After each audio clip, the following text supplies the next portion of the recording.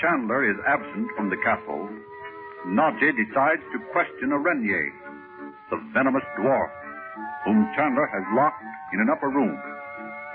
Meanwhile, Chandler returns with the news that the rascally Count Metzos has ended his life. Suddenly, fire breaks out in the castle. Hurrying the family to safety, Chandler finds Naji is locked in the room with the Renier, who has thrown away the key. Chandler breaks down the door and lowers Naji from the window. Bob cries to Chandler to save himself. There is a crash as the wall collapses. Chandu the Magician. Come on, Mother. Don't stand there in the snow. There's nothing we can do. Come on, let me take you down to the palace. Nick sent for a carriage. Oh, I'm not cold, Bobby. That horrible fire keeps me warm. Mother, you don't really believe Uncle Frank. I mean, you don't really think he didn't get out of there. Of course he didn't get out, Betty. You saw him yourself there in that window just as the whole wall fell. But, Mother, Naji, do you think... Oh, I know he didn't get killed in there. I know he didn't. I bet that's what the yogi meant. Meant by what, Betty? Oh, don't you know how he's been saying not to be deceived by the appearance of death? I bet that's what he's talking about. Oh, no, Betty. Those messages were for Uncle Frank, not for us. Well, maybe. But I'll bet somehow or other Uncle Frank got out of there. Right you are, Betty Lou. My Frank. Are you all right, Naji? Of course, Chandu. And you... Oh, I knew you'd get out, Uncle Frank. Well, I can tell you, I didn't know whether you would or not when you started letting Naji down from the window, and I saw the fire coming up all around you. It's a good thing you didn't try to come down by the stairs, Uncle Frank. The reason I lowered Naji from the window was because I heard the stairs fall. And I knew it would be no use to go that way. What happened to Arania? Gee, he didn't stop for anything. He just ran off into the snow as fast as he could go. You're not going to waste time looking for him, are you? No. And there's no use staying here in the snow. There's nothing we can do to save the castle. Uncle Frank, what do they do when they have fires in Lvova? There's nothing to do. They have no fire equipment. So all our things are gone? Oh, don't think of that, Betty. If we hadn't discovered the fire just when we did, every one of us might have lost our lives in there. Sure does burn, doesn't it? Yes. The floors and woodwork burn like paper.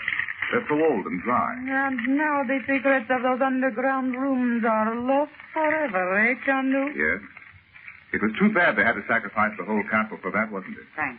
You mean you think someone deliberately burned the castle? Of course. But what could have been in it important enough to induce anybody to burn the castle?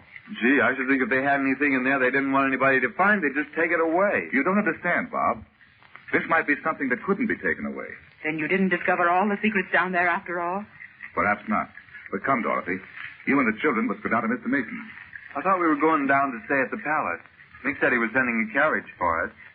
I met Nicholas just as he was leaving and told him.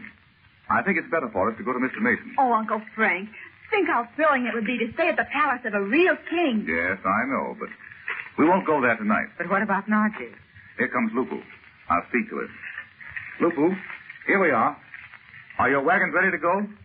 Chandu, you are alive? Very much so. But I saw you standing in the window, and the wall fell. You were there. How could you... I guess you don't know about the magic powder, Lupu. Bobby. You have escaped by magic, Chandu? I didn't say so, Lupu. No, but once when we were down in Egypt, we were all locked in a native hut there on the banks of the Nile. There was a bomb about to go off. And Uncle Frank sent us all out into the desert so we wouldn't get hurt. And then the very next minute, the place blew up. Boy, wasn't that an explosion. I know, and that was the reason I just knew Uncle Frank would get out this time. And are we just going to stand here in the snow waiting for a fire to burn itself out before we leave? Oh, Chandu, I am sorry. But I was so rejoiced to see you alive that I have forgotten for the moment. Well, that's all right, of course. Are your wagons ready to go? Of a truth. But now Naji's clothes are wet. She'll freeze traveling in one of those wagons. Oh, sister of Chandu, Lupu's wagons are dry and warm. And there are dry clothes for Naji to wear. I will go then, and we must say goodbye here in the snow. Oh, Naji, I'm so sorry you can't stay any longer. Goodbye. Goodbye, Naji. Sure was keen to see you again. Can't say we haven't done our best to show you a good time burning the town down for you and everything. Goodbye, Bob. Goodbye, Betty. Dorothy, you will write to me very soon? Of course. Goodbye, Naji. Chandu, Until we meet again, Naji. Well, Uncle Frank, I thought you were going with her as far as Lau's door. I was, but the fires attracted so much attention to me, I couldn't go now unnoticed. Bob, you take Nazi to Lupu's wagons, will you? I'd like to keep Lupo here with me for a few minutes. Sure.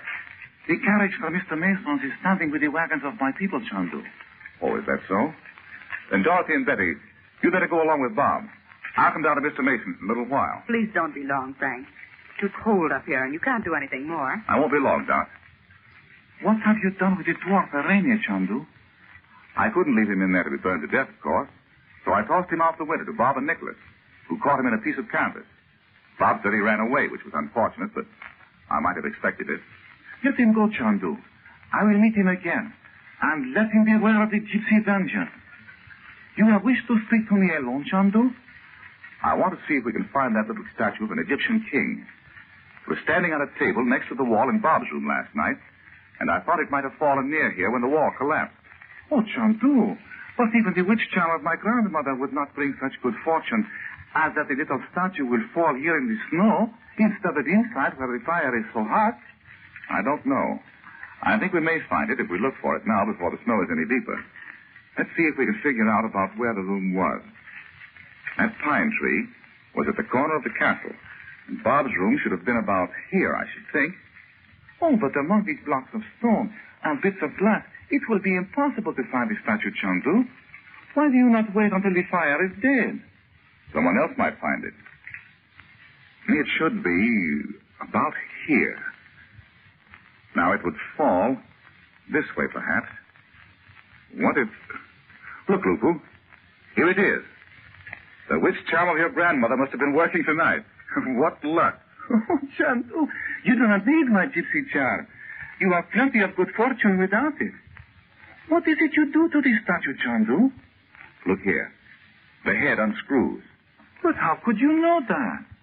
Well, there was some reason for the statue to be down there in the hidden room, and it suddenly occurred to me the statue might be hollow. And is there, Chandu? Is there? Just a minute. Yes, look. And it's written on that same kind of paper. Look here, Lupu. Did you ever see paper like this before? It looks as if it has come from China, Chandu. That's what I think. Let's see if we can read what it says. Listen. Brothers, unless we walk carefully, great disaster may visit us. Fail not to meet at the appointed place in Paris. The one we serve has commanded it. The clock strikes 5. Now, what does that mean? You think it means they meet in Paris on a certain day at 5 o'clock, Chandu? No, I think it's a code sentence of some kind. I'll just put the head back on this statue and take it along. I do not understand, Chandu, how the little statue of Khufu could be in the young gentleman's room. Oh. You see, it was in the Egyptian room in the cellars. No doubt left there for different members of this organization, whoever they are, to come in and read the message. But then my sister and the children were down there and found the statue and took it upstairs. They left it in the drawing room, and Irene, who probably isn't in the secret and thought the statue was just an ornament, picked it up when he was hiding in the drawing room and took it to Bob's room for a joke. So that perhaps those who were to read the message did not. Maybe.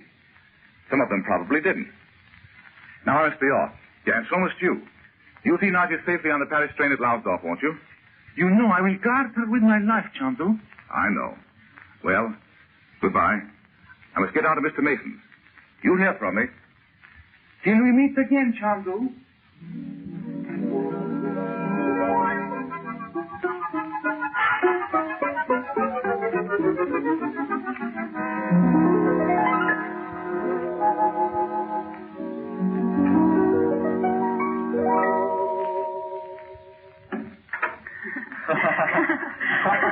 Come in, Frank. Well, what's the joke? Oh, don't we all look funny?